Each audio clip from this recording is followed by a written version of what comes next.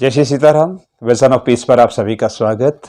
आप सभी का बराबर सहयोग हमको मिल रहा है, उसके लिए हम आपका धन्यवाद करते हैं और पुनः अनुरोध करते हैं कि अगर अभी तक भी आपने हमारे चैनल विजन ऑफ पीस को सब्सक्राइब नहीं किया तो कृपया उसे कर लीजिए।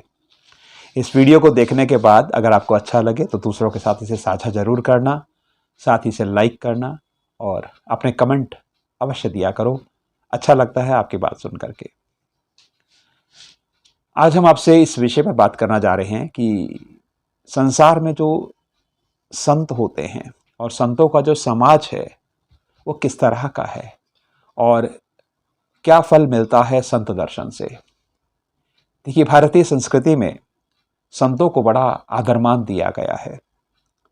चाहे कोई सा भी काल हो, चाहे कोई सा भी युग हो, चाहे सतयुग हो, त्रेता हो, द्वापर हो, कलियुग हो, संतों का महत्व हमेशा से रहा है। श्री रामचरितमानस में गोस्वामी तुलसीदास जी ने एक बड़ी सुंदर चौपाई इस संबंध में लिखी है। मुद मंगलमय संत समाजू, जो जग जंगम तीरथ राजू। जो संत समाज है वो आनंद का देने वाला है, वो मंगलों को प्रदान करने वाला है। अर्थात अगर संतों के दर्शन होते हैं तो जीवन में आनंद आता है, जीवन में मंगल आते हैं, जीवन में अच्छी बातें घटित होती हैं। ये संसार के अंदर एक चलता फिरता तीर्थराज प्रयाग है। मुद मंगलमय संत समाजू, जो जग जंगम तीर्थ राजू।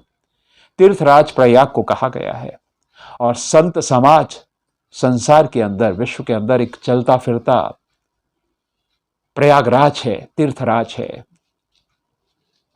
जैसे तीर्थराज प्रयाग पर जाकर के हमारे पाप, हमारी कलुषित भावनाएं सब समाप्त हो जाती हैं, मन निर्मल हो जाता है, श्रेष्ठ कर्मों की ओर मन अपने आप जाने लगता है, मन के भाव बदलने लगते हैं।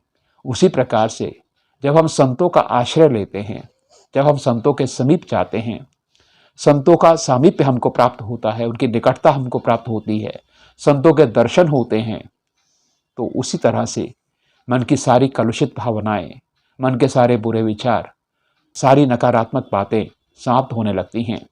जीवन में अच्छे विचार आने लगते हैं, श्रेष्ठ विचार आने लगते हैं, मन कुछ अच्छा करने की ओर जाता है, जीवन में सकारात्मकता आने लगती है, भक्ति भाव बढ़ता है, आध्यात्मिकता की ओर झुकाव होता है। तो इस तरह से संतों का दर्शन हमारे लिए जीवन में हमेशा मंगलों को लाने वाला होता है, आनंद को लाने वाला होता है। एक कहानी में मैंने कहीं पढ़ा था, जहां सावित्री, जिसकी सत्यवान के साथ शादी हुई थी, वो अपने विवाह से पहले देश का भ्रमण करने के लिए जाती है ताकि अपने योग्य वर का चुनाव कर सके। अनेक संतों से उसकी मुलाकात होती है।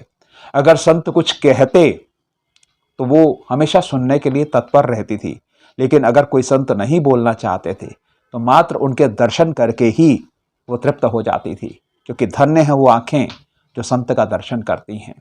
तो इसलिए संत के दर्शन हो जाएं और उनकी अगर वाणी सुनने को मिल जाए तो और भी बढ़िया, नहीं तो संत दर्शन ही जीवन में श्रेष्ठता को लाने वाला है। तो संतों का ये प्रभाव हमारे जीवन में एक उस तरह से सकारात्मक होता है जैसे हम तीर्थराज प्रयाग पर जाकर के अपने जीवन को अच्छा और श्रेष्ठ बना सकते हैं।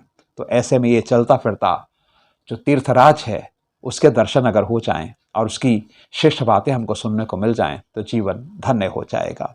आपको ये वीडियो कैसा लगा, आप अपनी बात कमेंट बॉक्स में जाकर के ज़रूर कहें और साथ ही इस वीडियो को लाइक करना मत भूलें। जय श्री सीताराम।